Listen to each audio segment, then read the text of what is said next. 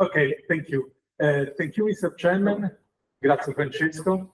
And I want to speak about this kind of problem, the modeling of cohesive interfaces, taking into account for some specific effect, that is the unilateral contact, the possibility of interlocking and dilatancy. Before to start, I want also to thank the organizing committee for inviting me and to give me the possibility to stay here and to illustrate some of my research to all of you. It is an honor for me. Well, this is the outline of my presentation. Initially, I will introduce the problem and I will give some motivation of this research. Then I will illustrate some classical cohesive frictional model for an interface. I will illustrate a multi-scale interface model, a multi-plane interface model. I will show some numerical application. I'll give you some conclusion. All the models that I will show, I will illustrate, accounts for contact and friction. The multi-plane model accounts for dilatancy and interlocking. Okay, interfaces are widely used in many applications, many fields of engineering, from aerospace, mechanical, civil, and so on, biomedical, and so on.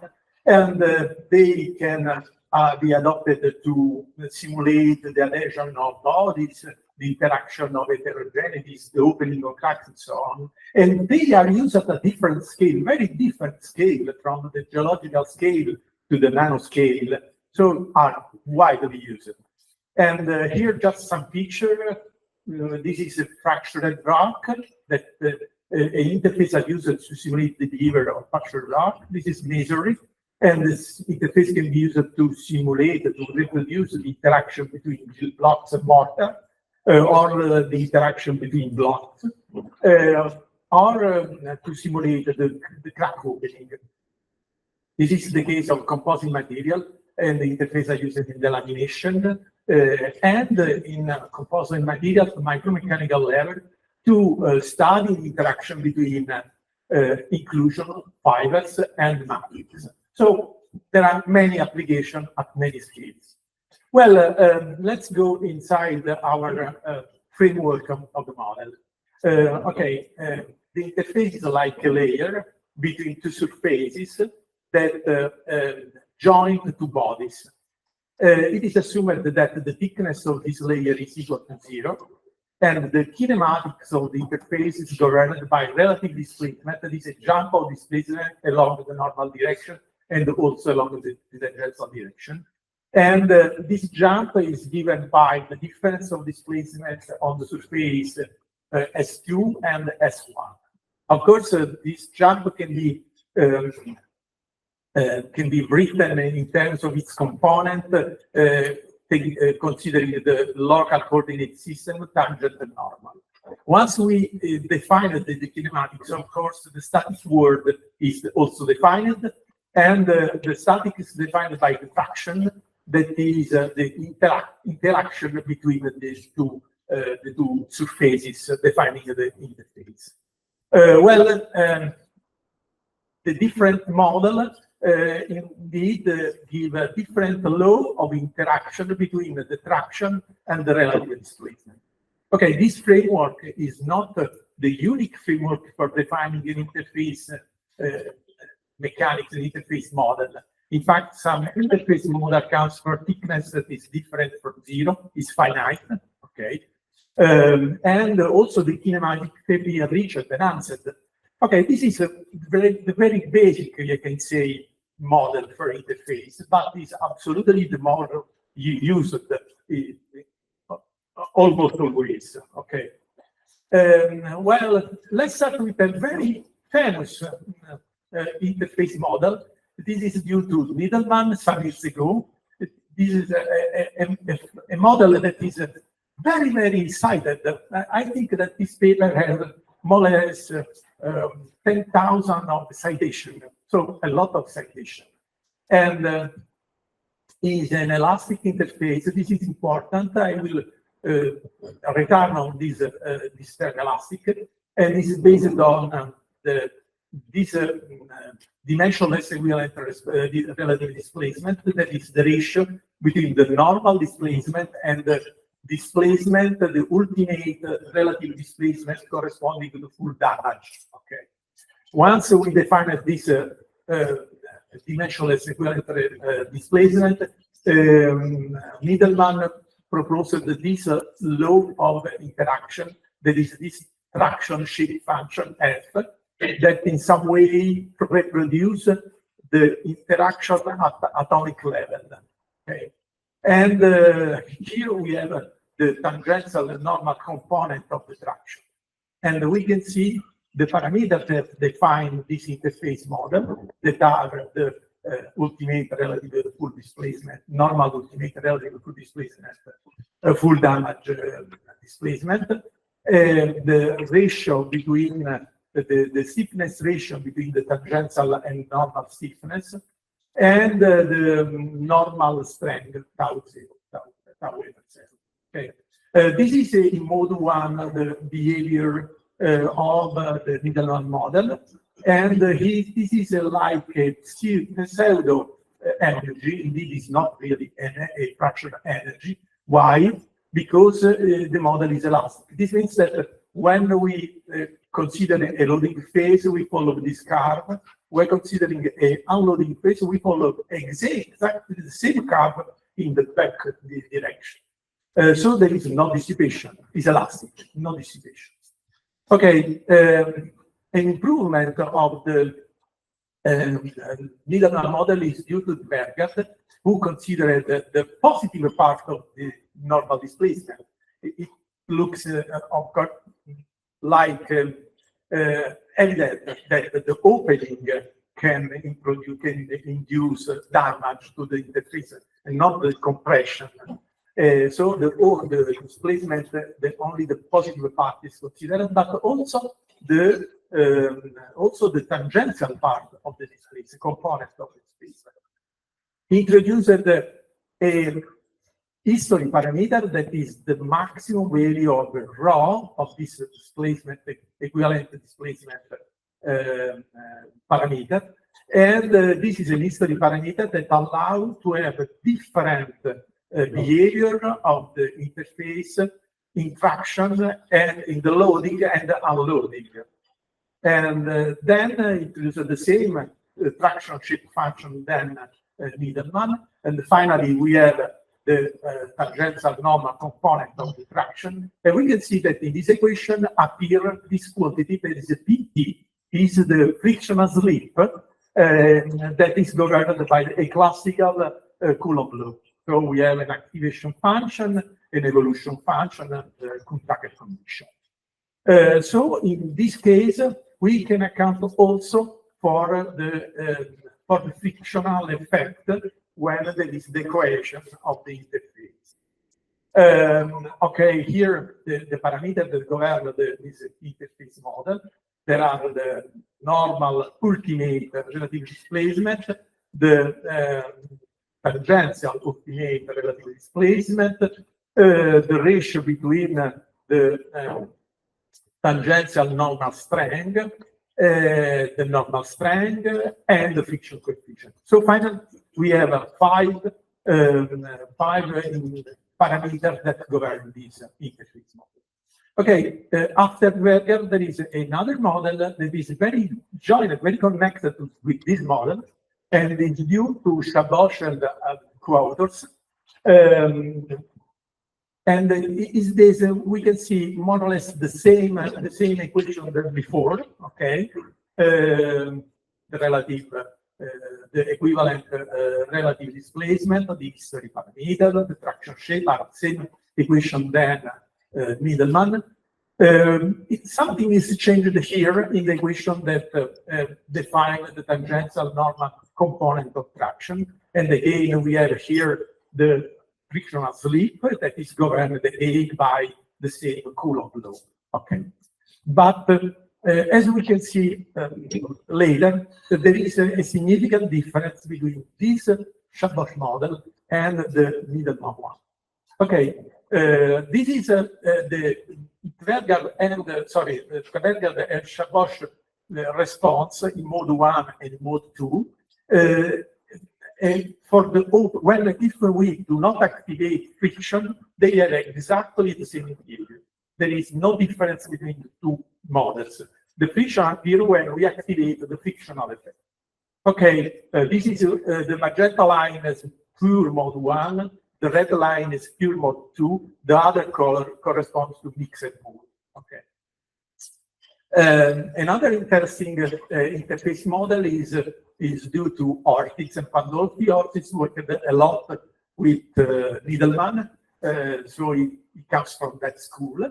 And the dimensional relative displacement is a little bit different from the previous one. In fact, this ratio is different. Before there was the final displacement corresponding to the full damage. This is the initial displacement corresponding to the starting of the damage, the threshold.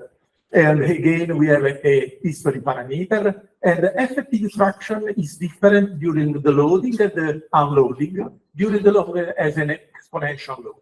Well, again, the component of tangential and normal traction, the sleep, the activation function, the Coulomb function, and so on. And they are very, very similar.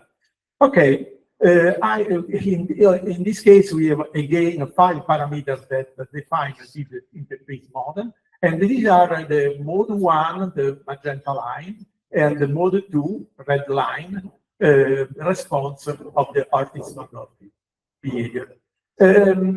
Okay, some years ago, with Giulio Alfano, we proposed an interface model based on some micromechanical idea. So the idea is the following. This is an interface. We have 3 zones, 3 parts of the interface. For instance, in the first part, the interface is absolutely undamaged. In the second part is what we normally call the process zone, is partially damaged. And in the third part, that is completely damaged, that is a real crack. Okay, if we go, for instance, in point A, and we see closer what is happening, there is no damage. It means that we do not see any variation of the representative volume element, and there is no crack, nothing. Okay, but if you go in the point B, inside the process zone, it means that some crack will appear. Okay, there is some crack. Okay, if we go, of course, in point C, there is a full crack. The RBA is completely split like into parts. Okay. The crack passed completely the representative volume element. Well, so we can, in very simplified way, we can consider the area of the cracked area, this one, and to denote this cracked area as the damaged area, A. Okay, and the uncracked part, the remaining part, the undamaged area. So in the first point A, we have the damaged area is 0, and the undamaged area is the total area. Okay. In the point C, we have that the damaged area is the total area, and the damaged one is 0. So we can introduce again, like in damage mechanics, classical in damage mechanics, the damage parameter as the ratio between the damaged area and the area. Here, damage is 0. Is the damage is between 0 and 1, and here the damage is 1. Okay, it's completely damaged. Okay, this approach allows to split the traction in 2 parts. The traction that arise in the undamaged area, and the traction that arise in the damaged area. This is very convenient because we can give any kind of law we want for the damage and the damage area. On the damage area, of course, we can introduce the classical unilateral contact friction Coulomb law, but other law can be introduced, of course. In the undamaged area, here there is an elastic flow, classic elastic flow, but we can introduce a plastic law or a relaxation law, a creep law. We can introduce any law we want without changing any other part of the construction of the model. And this is very convenient. When we defined the stress traction here and here, we can combine the two stress through the damage parameter, okay? And we obtain the overall traction tau on the interface. It's like homogenization. And here, pi is the overall inelastic relative displacement that accounts for damage, unilateral contact, friction effect. At this point, we can introduce a damage law. And also in this case, we are completely free to introduce any damage law we want without changing any other part of the construction of the model. And we introduce this kind of damage law. I don't want to go in detail of the equations, but we can have a linear softening, exponential softening, or any other softening we want. But also we can introduce as damage law a fatigue law or any other we want, without changing any other part of the model. Concerning the unilateral contact friction, this is absolutely standard. This is the vector of the contact. This is the vector of the friction. Pt is always the frictional slip as before. And here again, application function evolution corresponding to the classical Coulomb law. Also in this case, other possible frictional law can be adopted. Okay. This is the response in mode 1, the magenta line, in mode 2, the red line, when we consider a linear softening. The model is governed in this case by 7 parameters, and but we can reduce the parameter introducing the reasonable constraint. For instance, we can assume that the fracture energy in mode 1 and mode 2 are assume the same value. This is often done, and also that the ratio between the final and initial damage relative displacement are the same in the normal and in tangential direction. And also this is a constraint that often is used. This is the case for a exponential softening law in mode 1 and mode 2, and of course in the mix. Okay, let's see the response of the different models that I introduced. We can see that more or less they have more or less the same behavior. Tverga, Chambosch and Tverga in this case have exactly the same behavior. As I said before, the difference arises. This is the tangential response when there is no compression. Okay. The difference between this model appears when there is a frictional effect. Okay, in this case there is no frictional effect, so there is no difference between the Tverga and the Chambosch. Then the Ortiz-Pandolf model and our model in the linear and elastic softening.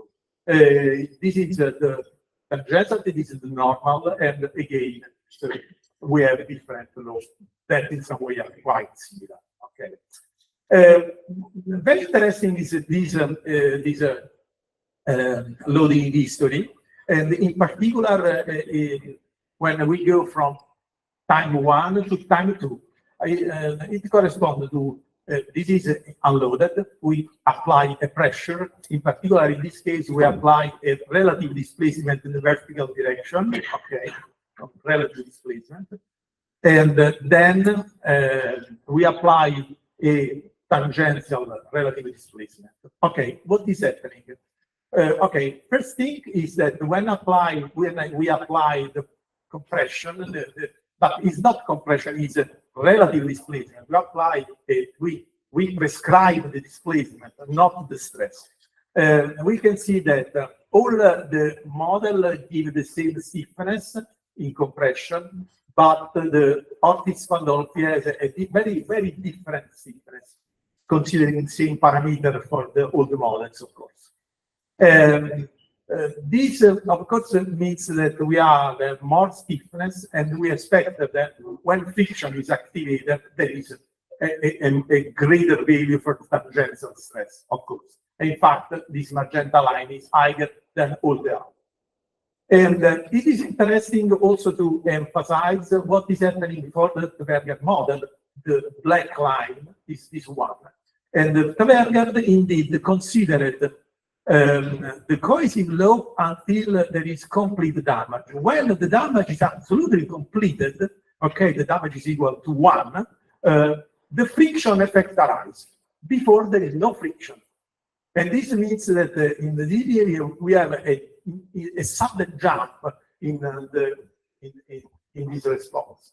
And this is not only strange from a physical point of view, but also from a computational point of view, very hard to follow, because there is a discontinuity in the law, and it is quite difficult to capture from a computational point of view. While all the other law, they couple the damage with the friction, and the friction become to be important during the damage. Indeed, for our model, the friction arises in the micro crack, also when the damage is not 1. Okay, so it's immediate. Okay, the friction is due to the roughness of the surface, of course. Okay, and this induces some specific and important also behavior of the interface. If we consider a classical experimental test, considering no cohesion but only the frictional effect, these are two blocks, one over another, that they are in compression. The pressure is prescribed in this case, and then a shear load is also prescribed. What happens? It happens that we can plot the value of the normal displacement as a function of the tangential displacement. And we can see that this normal displacement is not 0. I mean, during the slipping, the slip that is not absolutely, there is a dilatancy. There is a vertical displacement. We apply an horizontal displacement, and we have also a vertical displacement. This is the dilatancy effect. This is the dilatancy during the loading increases. During the unloading is completely recovered. And if we apply the reverse load, we have again the dilatancy, and again is recovered. And also from a static point of view, the tangential stress versus the tangential displacement has this behavior, the blue line, that we have a certain frictional effect. Okay, that is this one. We see the value of the frictional stress is this one. And when we, during the loading, and when we unload, the frictional effect is lower, is significantly lower. Why it occurs? Because of the asperity of the interface. Okay, this is just a scheme that I plotted, I made by hand, so it's not realistic, but just to understand. In some way, it represents, in some way, the roughness. And we can regularize this roughness through the green line. And we can see two scales of roughness. A macro roughness, that is the green line, and the micro roughness, that is the difference between the blue and the green line. Okay, and this is a classical in frictional problems. In fact, the surface are also treated through the fractal mathematics to see different scale of roughness. And we can consider the micro roughness through the classical frictional coefficient, while the macro roughness should be considered accounting for the real geometry of the surface. But the real geometry of the surface, the green line, is almost complicated. So we can regularize, and we can also consider like a periodic regularized roughness.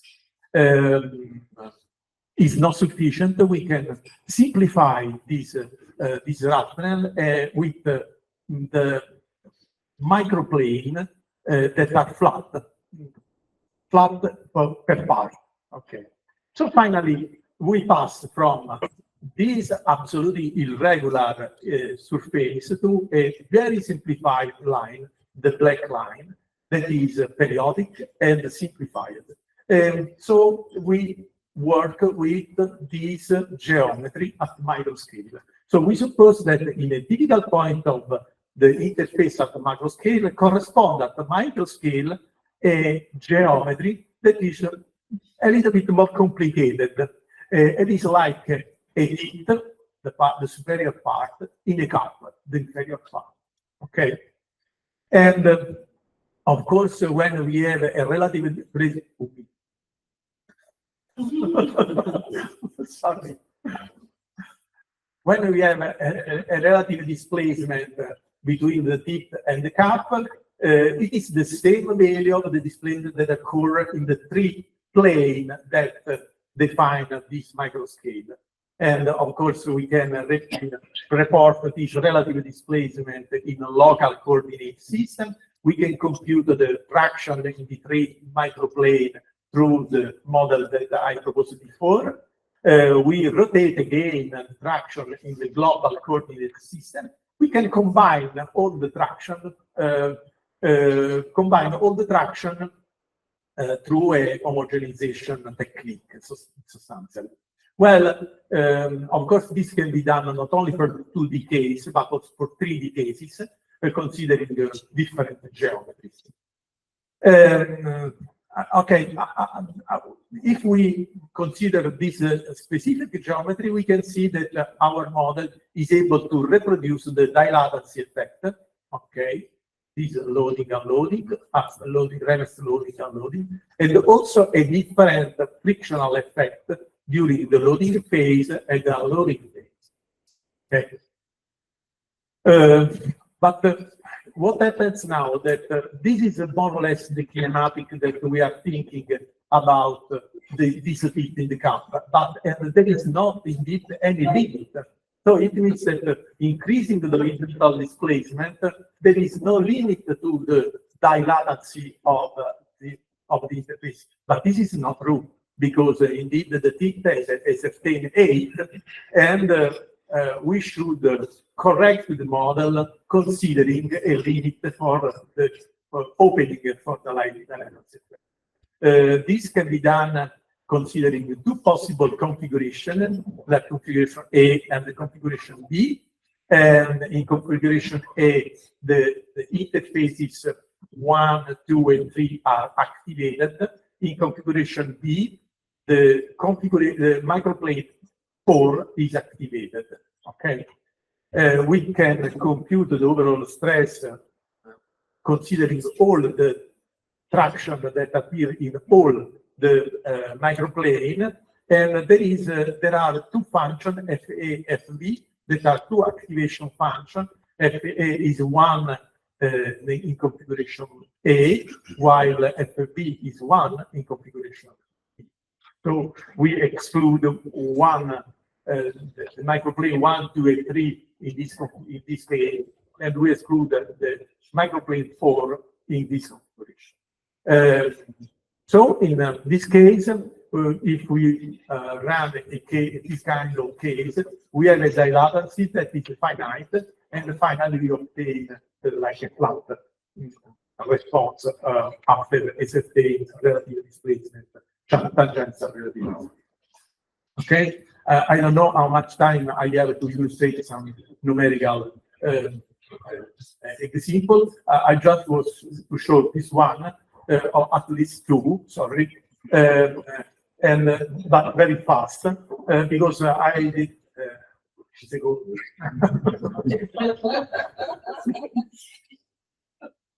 Okay,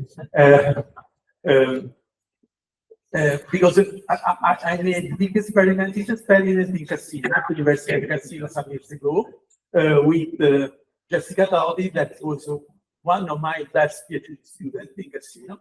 And the interface is used to simulate the interaction between mortars and bricks. Here we can see the deformed shape of our masonry arch, the hinges that are arises, and the comparison between the experimental response with numerical response that are very close, and also with an analytical solution. So it's very good. More complicated is this case in which we have a three-dimensional block interaction between the blocks, and in this case, of course, I go fast. Also, the shear effects are activated, and here we can see the limit load is like a seismic effect. The limit load for this dome, and I don't want to show this one. Also, it is very interesting, but I want to show this one because this is a collaboration again with the University of Cassino, and Sorrentino was studying some very good glue to join laminates, and in order to improve the adhesion, the specimen has been like indented through a laser instrument, and we can see the difference between the not indented and indented specimens, and in red we have our numerical simulation of this experiment.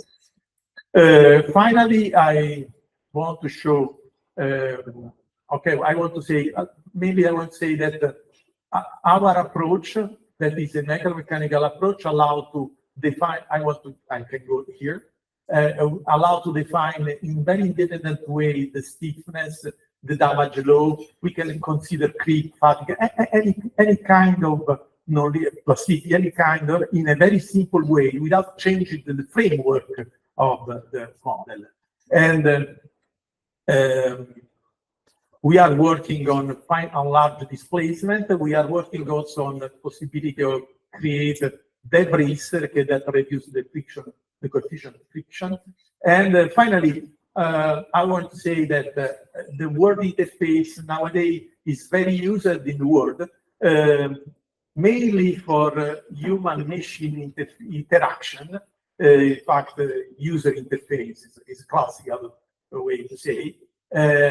And what people say is that if the interface is like a joke, if you will explain it, it is not that good, because the interface should be simple, clear.